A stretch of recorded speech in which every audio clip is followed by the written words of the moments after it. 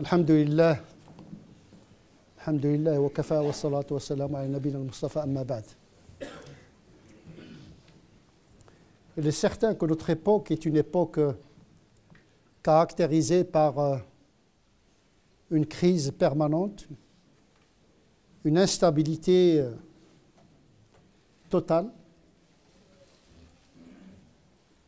une angoisse et inquiétude provoquée par l'accélération de l'histoire vers un futur plus que jamais ouvert sur le pire comme le meilleur. Il y avait un moment où le progrès est promet de bonheur, où le progrès est promesse de bonheur. Au XXe siècle, il y avait la philosophie du progrès.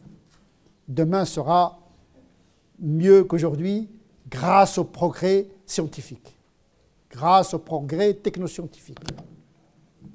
Aujourd'hui, ce n'est plus le cas. Le progrès engendre l'angoisse. Dans un monde incertain. Comment vivre sa religion dans un monde caractérisé par l'incertitude, l'inquiétude, l'instabilité, la crise, l'angoisse, la menace de l'exclusion. On est menacé par l'exclusion. Aujourd'hui, on a un travail, demain, peut-être, on n'a pas de travail. Aujourd'hui, j'ai la santé, peut-être je tomberai malade. Aujourd'hui, je suis marié, peut-être que demain, je serai divorcé. Il y a l'angoisse du futur. Dans ce moment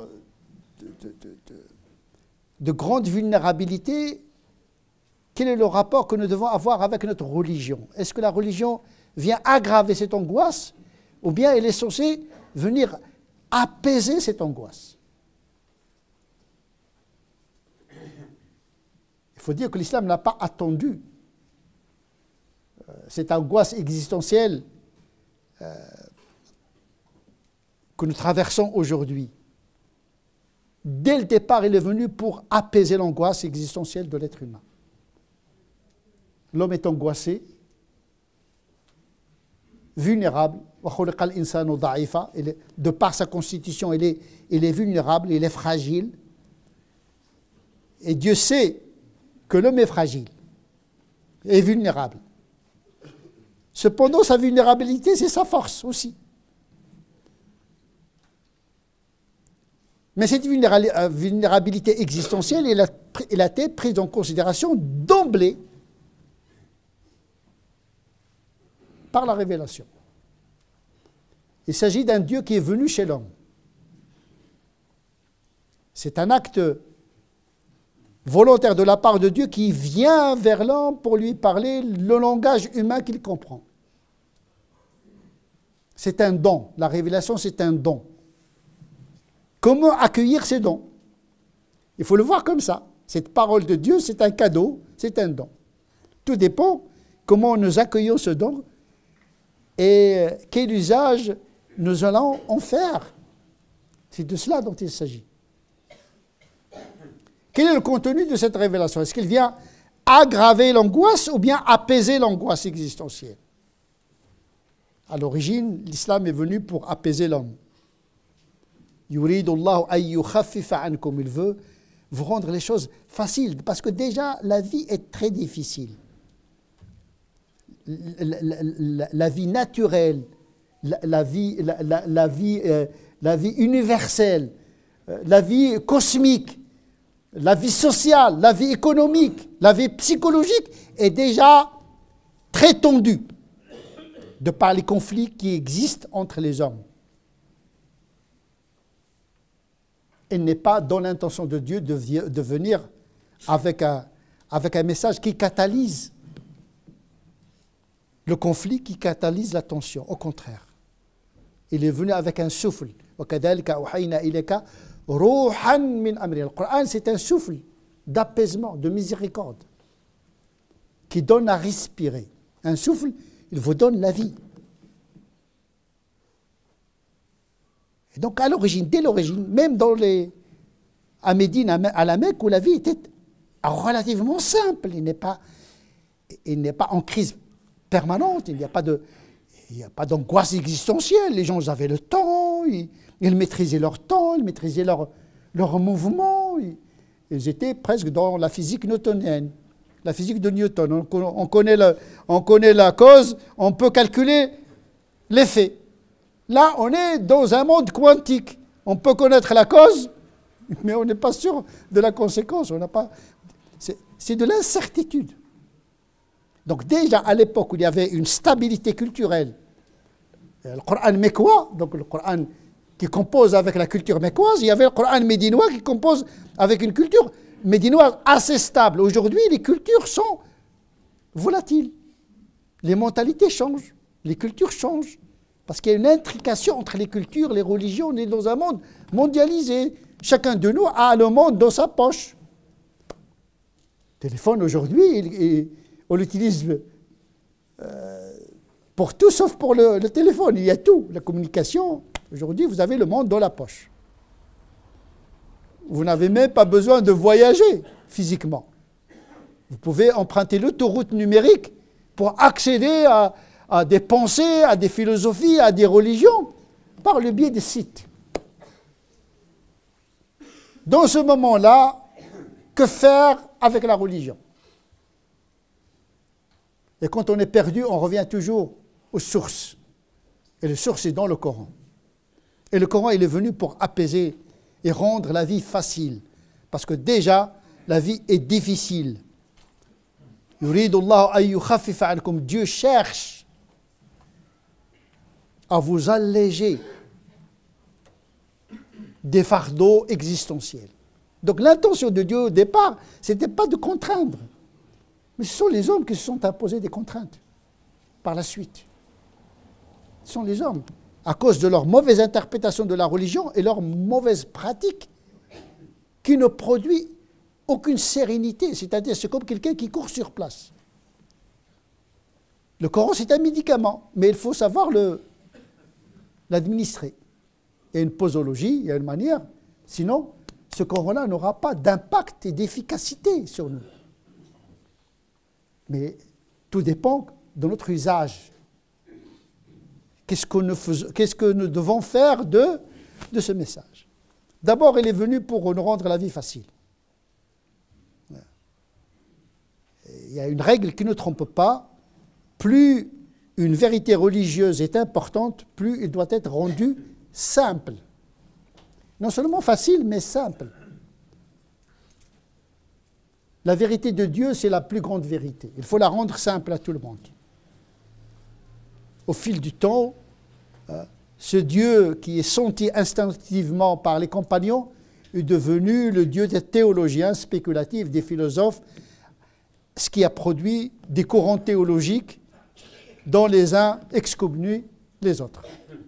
Alors qu'au départ, la foi en Dieu était une foi très simple. On voit aujourd'hui, vous entrez dans l'Internet, vous allez voir, celui qui croit que Dieu ne s'assoit pas sur le trône, c'est un kafir. Celui qui croit que la parole de Dieu est créée, c'est un kafir. Donc, la multiplication d'excommunications est le fruit de cette complexification de la dogmatique, alors qu'à l'origine, le discours sur Dieu était simple, accessible à tout le monde. Plus une vérité est importante dans la religion, plus il doit être exprimé de manière simple. Sauf s'il s'agit de parler avec une philosophie, ou bien avec une culture, ou bien avec une civilisation. Mais dans l'éducation, il faut rendre Dieu accessible, parce que Dieu veut se rendre accessible. Il n'est pas logique qu'un Dieu qui cherche à se rapprocher de ses serviteurs crée des obstacles intellectuels et pratiques qui empêchent le serviteur de se rendre et de se rapprocher de lui. Et donc l'intention de Dieu, c'est de rendre le cheminement facile pour se rapprocher de lui. C'est ça le cœur de la religion. Ce n'est pas les pratiques en tant que telles, mais la marche vers Dieu. C'est ça. Le cœur de l'islam, c'est la quête et la marche et le cheminement vers Dieu. Si vous perdez Dieu dans la pratique religieuse, eh bien sachez que vous êtes à la marge de la religion.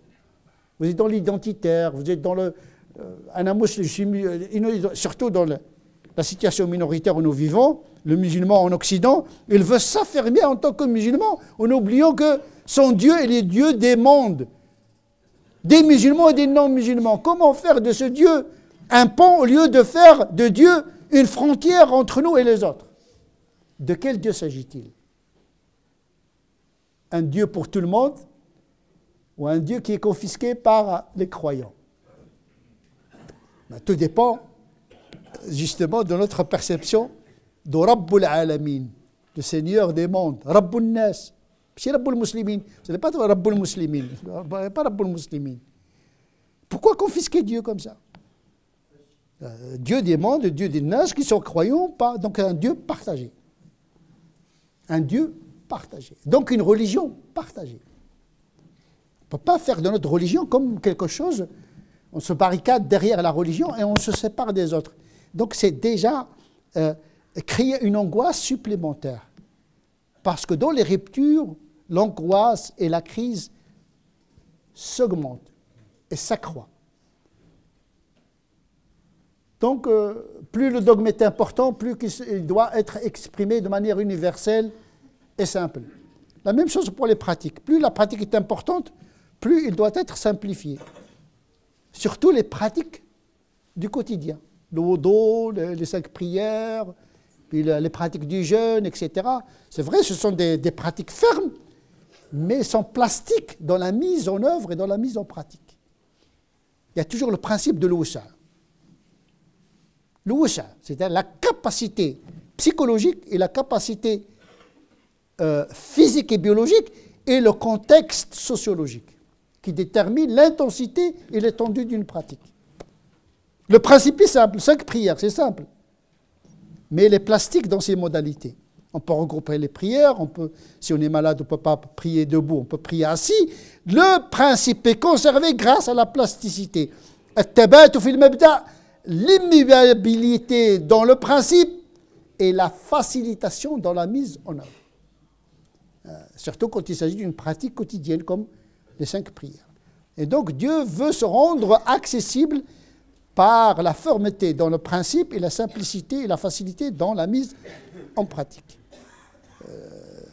Et donc, le savoir aujourd'hui religieux consiste à simplifier la religion, pas la complexifier. Vous savez, dans les mathématiques et dans la physique, tout le procédé scientifique consiste à résumer un phénomène complexe dans une formule, une équation très simple. Toute la science, toute l'intelligence scientifique consiste à simplifier les choses. Vous savez, l'informatique, c'est un système binaire, 0-1. C'est dans la simplicité où il y a la complexité. Mais il faut toujours se rendre à ce qui est le plus simple pour pouvoir, par la suite, développer et construire sur le simple un édifice quelconque. Mais si vous êtes perdu dans la complexité avant d'avoir des bases simples et solides, vous êtes perdu. Il y a le principe de l'wudu, c'est un principe simple. Vous avez 4 gestes pour le wudu, 4. Laver les mains jusqu'au coude, une fois. Le visage, une fois. Essuyer les cheveux et les pieds, une fois. 4 gestes. C'est en 30 secondes. Ça, c'est le minimum. Ce que le Coran dit. Maintenant, tu veux faire le rite malikite, le rite hanbalite, le rite, etc. Tu peux ajouter, dès que tu peux ajouter beaucoup jusqu'à ce que les ablutions sont devenues une institution. Faire les ablutions, c'est vraiment, c'est nager dans l'océan. Il y a des gens, quand ils entrent dans les ablutions, ils disent, est-ce qu'il s'est douché ou bien il a fait les ablutions? Parce qu'il y a le wiswas, les susurrations, il ne faut pas laisser ci, etc. Ça occupe l'esprit, alors que les ablutions, c'est un acte de préparation spirituelle pour se mettre devant Dieu. On ne peut pas rester plus dans les ablutions au dépend de la prière. C'est dans la prière, normalement, on doit 5 minutes, 7 minutes et 3 secondes. Et je pense qu'un musulman qui fait ça, il a accompli le strict minimum. Maintenant, quand il est chez lui, quand il est en vacances, il peut se permettre de d'allonger ses prières, d'allonger ses ablutions, etc. C'est-à-dire que la substance est simple, mais qui peut se concentrer et s'étendre en fonction de la situation de l'individu. Il ne faut pas être rigide dans la religion, parce que celui qui est rigide se casse. Ce n'est pas une hypocrisie, c'est une capacité de sauver le principe par l'adaptation et la dérogation. C'est comme le jeûne.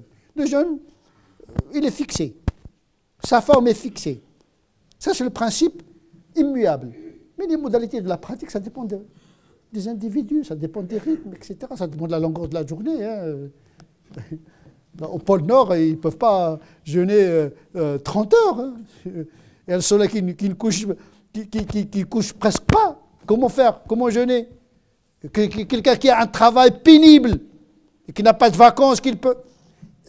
Le principe est le même pour tous les musulmans, mais il y a en même temps une simplification, une simplicité, une facilitation dans l'accès à la pratique. La loi du tutoriel, elle est catastrophique pour les musulmans. Ou bien je suis très pratiquant, ou bien je ne suis pas du tout pratiquant. Non, on peut être pratiquant relativement. Et comme disait un saint, marcher vers Dieu en boitant, en rampant, en marchant. Chacun, l'essentiel, c'est de marcher. Ce que Dieu veut, c'est de marcher. Le rythme, chacun a son propre rythme. Simplifié pour permettre aux musulmans la profondeur dans l'accès à Dieu, parce que c'est de Dieu dont il s'agit. Il ne faut pas croire que notre pratique, c'est elle qui va nous sauver, mais plutôt c'est la miséricorde d'Allah subhanahu wa ta'ala, à ne pas oublier les pratiques du cœur qui sont les plus importantes. Illa man atallaha biqalbin salim. Il ne faut pas oublier ça. Il ne faut pas être détourné de Dieu par des pratiques exotériques aux dépens de ce qui est le noyau incompressible, important de l'islam, à savoir le cœur suspendu à la miséricorde d'Allah subhanahu wa ta'ala. نسأل الله عز وجل أن يجعلنا من الذين يستمعون القول فيتبعون أحسنه أولئك الذين هداهم الله أولئك هم أولو الألباب اللهم اهدنا فيمن هديت وعافنا فيمن عافيت وتولنا فيمن توليت وبارك لنا فيما أعطيت وقنا واصرف عنا شر ما قضيت اللهم صل على سيدنا محمد وعلى آل سيدنا محمد كما صليت على سيدنا إبراهيم وعلى آل سيدنا إبراهيم وبارك على سيدنا محمد وعلى آل سيدنا محمد كما باركت على سيدنا إبراهيم وعلى آل سيدنا إبراهيم في العالمين إنك حميد مجيد سبحان ربك رب العزة عما يصفون وسلام على المرسلين والحمد لله رب العالمين.